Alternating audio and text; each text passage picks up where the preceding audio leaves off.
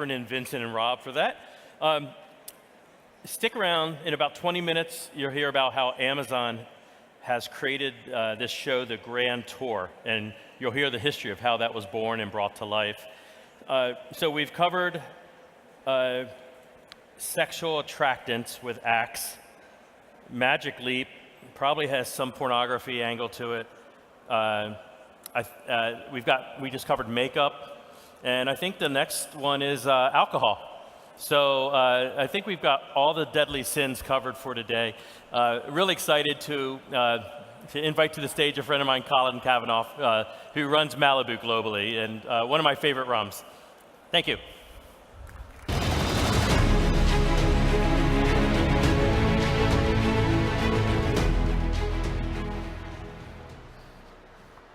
Hello there. Bon dia. I want to hear a proper bon dia, please. Bon dia. Excellent. Listen, I'm really glad to be here and get a chance to speak to all of you. My name is Colin Kavanagh. I'm the Global VP of Malibu and Kahlua. I'm based in Stockholm. We're part of the Absolute company, so we manage the 3 brands out of Stockholm, Absolute, Malibu, and Kahlua.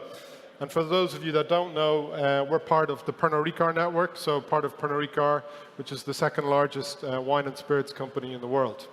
So, big title. So how do we decode the unknown? How do you prepare your brand, your team, and your organization for a future that we know little about? I think over the last few days you've seen just how much change is happening. We're talking about this all the time. So how can we make sense of it? First thing is, I want to give a bit of a disclaimer. I'm a child of the 1980s.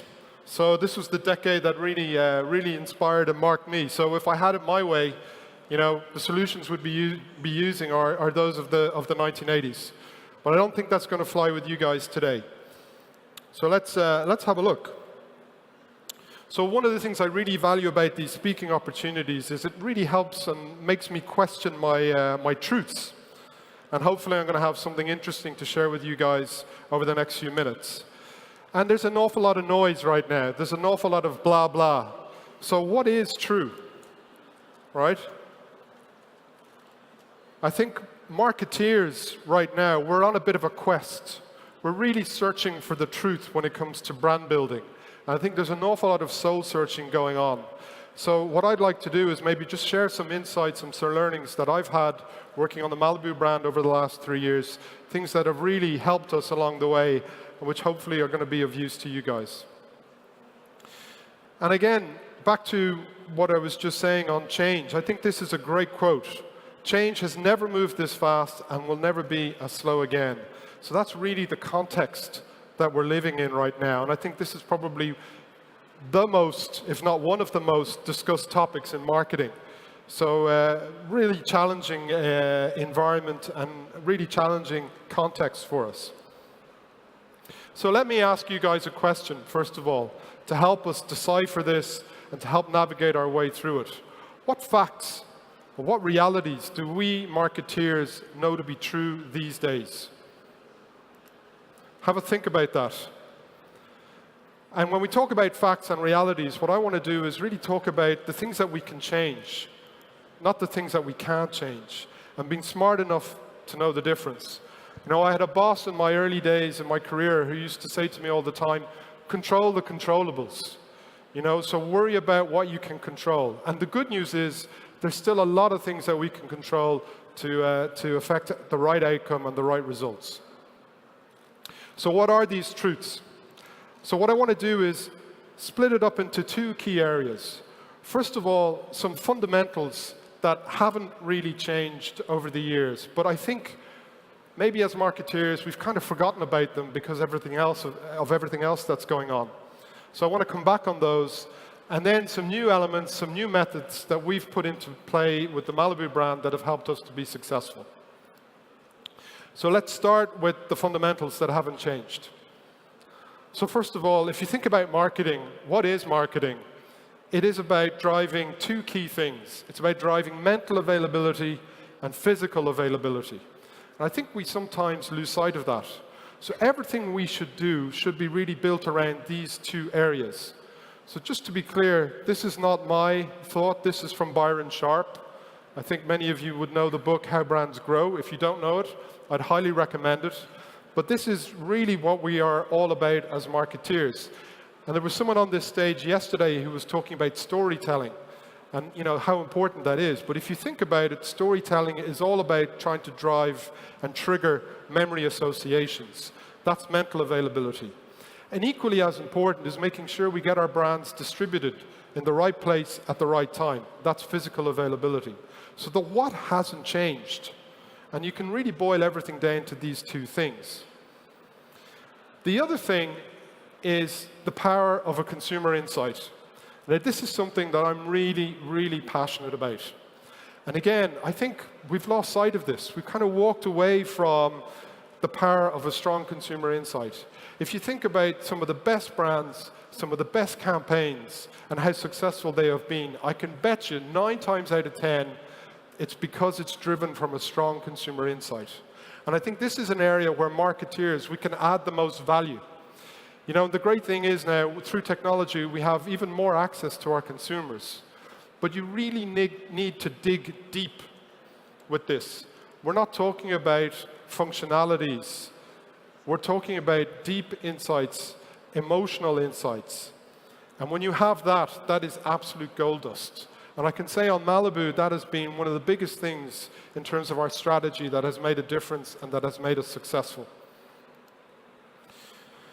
When you have that insight, then you can build your strategy and your positioning.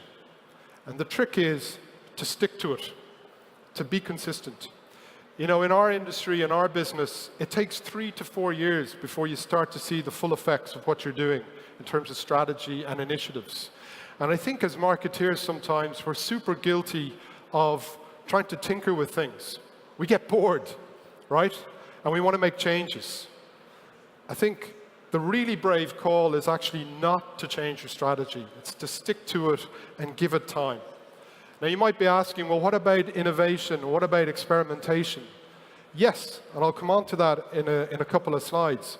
But I think you should be trying to innovate and experiment within the framework of your strategy. If it doesn't link back to your strategy, then as far as I'm concerned, it's worthless. Okay? So this is, I think, a really important point. And then the other thing is distinctiveness. So up on the screen here, you can see we have this fantastic Malibu logo. Many of you, I'm sure, know the Malibu bottle, that white iconic bottle, right? We want to use those. Those are assets that help drive memory structures and build mental availability for our consumers. So apologies to any advertisers in the room, but when advertising agencies tell me, oh, we don't want the logo to be this big and we don't want your bottle to be too visible, I'm sorry, but I don't buy it. Be proud of your brand, be proud of your logo, be proud of your bottle or whatever it is, and use it. And don't be ashamed of it. So that's one of the things that we've done. So those are some of the fundamentals that haven't changed, in my opinion. Let's talk now about some of the new elements. And the reality is, marketing is changing. Our consumers are changing, their behaviors is changing, but so too is our way of working. So we definitely need to adapt and we need to change. Now, I'm going to talk about purpose. And I know many of you are probably sick and tired of hearing people talk about brand purpose. I'm not talking about brand purpose. I'm talking about your teams. So all of you are part of a team, or maybe some of you are leaders. You might lead a big team, a small team. Doesn't really matter. Do they have the right mindset for innovation and experimentation? That's a key question. And that was something that we really spent a lot of time on Malibu. And the way we addressed it was we asked ourselves, what is the role that our brand can play within the context of Pernod Ricard? What is it that we can offer? What value can we bring in addition to just the brand itself? And we picked out 3 key areas. We said we wanted to lead the way in innovation, technology acceleration, and then having more agile and flexible ways of working. Now, that might seem pretty ambitious, but this was incredibly powerful and incredibly motivating for the team back in Stockholm. They really took ownership of this, and that has helped create the right mindset, where fear of failure is not really a thing anymore. We've been able to take that off the table. The second thing I want to talk about here is speed. So when you have that right mindset, speed is super important. And it used to be big fish eating small fish. And now, of course, we know you need to be a fast fish, right? So speed is incredibly important in everything we do. Even in a business which, spirits has probably been quite slow in the past, but, we definitely want to go fast and keep up with the times. So one way to do that is to put experimentation at the core of everything you do. So we've had to change our entire ways of working to embrace much more of an experimenter mindset.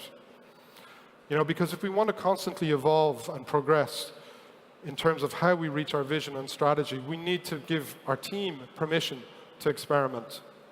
So let me explain some of the proof points, some of the things that we've done. The first thing here, we've gone all in on influencers. And I know this is a hotly debated topic as well. But, we've taken that decision. For us, that was a bold decision. And all our comms today is really done through influencers and through co-creation with influencers. We talked about technology earlier. We've been really pioneering in the area of Internet of Things. And we were one of the first brands to jump on board NFC technology and connected bottles.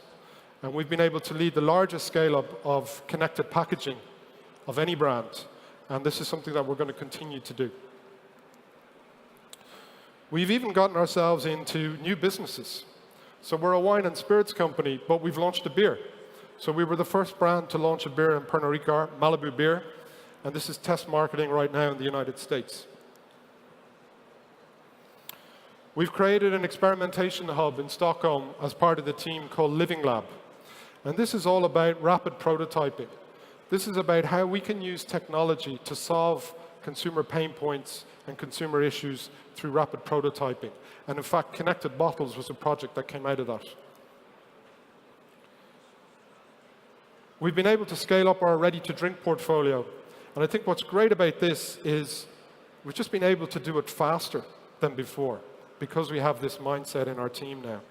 And we've been able to do the same with our new flavors. We've introduced new packaging, new liquid, new flavors in record time. And again, this is down to our ways of working and the mindset that we've been able to instill in the team back in Stockholm. So fantastic. Good. All right. The screen behind me has gone a bit black here. It's a bit uncomfortable. Don't worry, the presentation hasn't crashed. What I really want you to think about is all the stuff that I just presented. It's super uncomfortable. It was uncomfortable for us to do a lot of this stuff. And if I can just go back to influencer marketing, 3 years ago, all our media spend was in traditional media, primarily TV.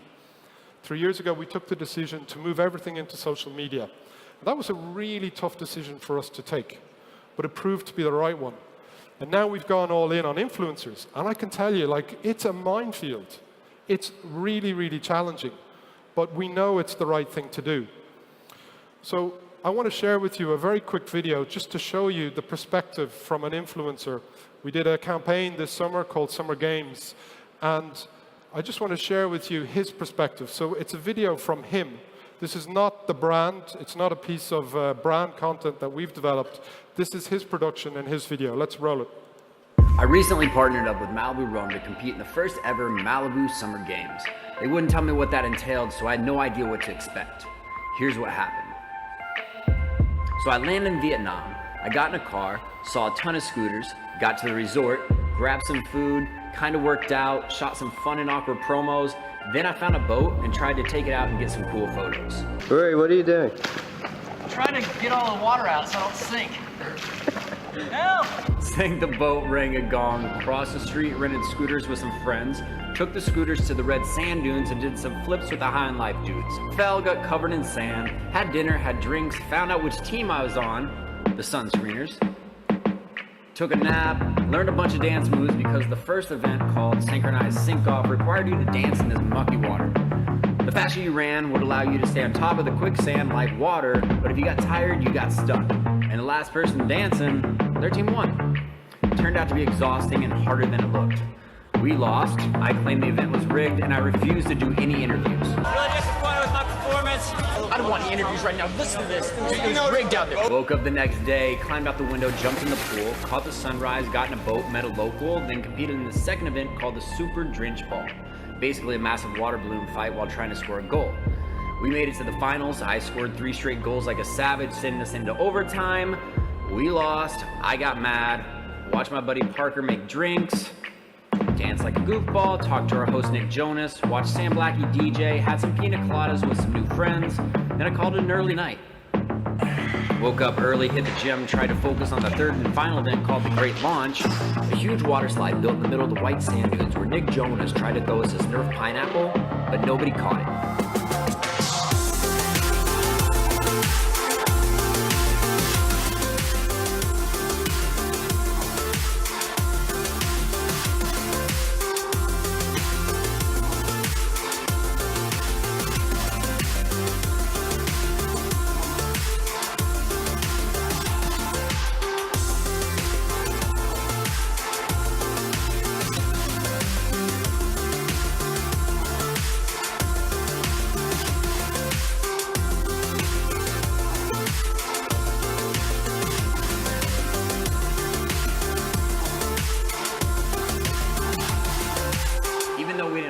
I had the time of my life. I got the opportunity to travel, meet a lot of awesome people, and create some epic content that reminded me summer's about having a good time and not taking life too seriously. So there you go, guys. So message, don't take life too seriously. You can see, thanks. You can see it was a lot of fun, but it's an entirely different way of working. I mean, this content is posted real time, so you can't go through the traditional long approval processes that we're all accustomed to. And you need to free up creative control as well and let the influencers create their own content. Just one of the last points on the new elements is, we've really made fun as a secret ingredient for collaboration internally. And I would want to emphasize the internal piece as well. Of course, we're competing for consumer hearts and minds, but we're also competing for the hearts and minds of our employees internally, the markets we work with all across the world. And the reality is, if you're fun to work with, you dramatically increase your chances of people collaborating with you. It's that simple. So look, our formula for success, it really is the meshing of those fundamentals that I talked about that I think are even more relevant today than they were in the past, and these new elements that we've introduced. So you might be asking, okay, that's great, but what kind of results did you get? One word for you guys is momentum. With this brand 2-3 years ago was in decline and was stagnating. We've been able to turn that around now. These are the sales results. So 2 years ago, we grew by 5%. Last year, we grew by +6%. And there's just a much stronger belief around what we can do with this brand now. So, I think that's the holy grail for marketeers, is when you have that momentum, things just get a lot easier, and it's a snowball effect. So we're now in the top 30 international spirits brands. And the other thing I would say that's really important is our employee engagement has gone up dramatically because we've been able to embrace this experimenter mindset. People are getting much more satisfaction out of that when they come to work on Malibu. So look, that's it, guys. I just want to conclude by saying one more thing.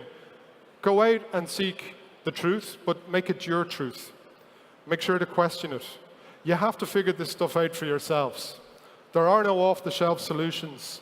There are no silver bullets. And progression only comes from having the courage to ask yourself the really tough questions. So best of luck to you, and thank you very much.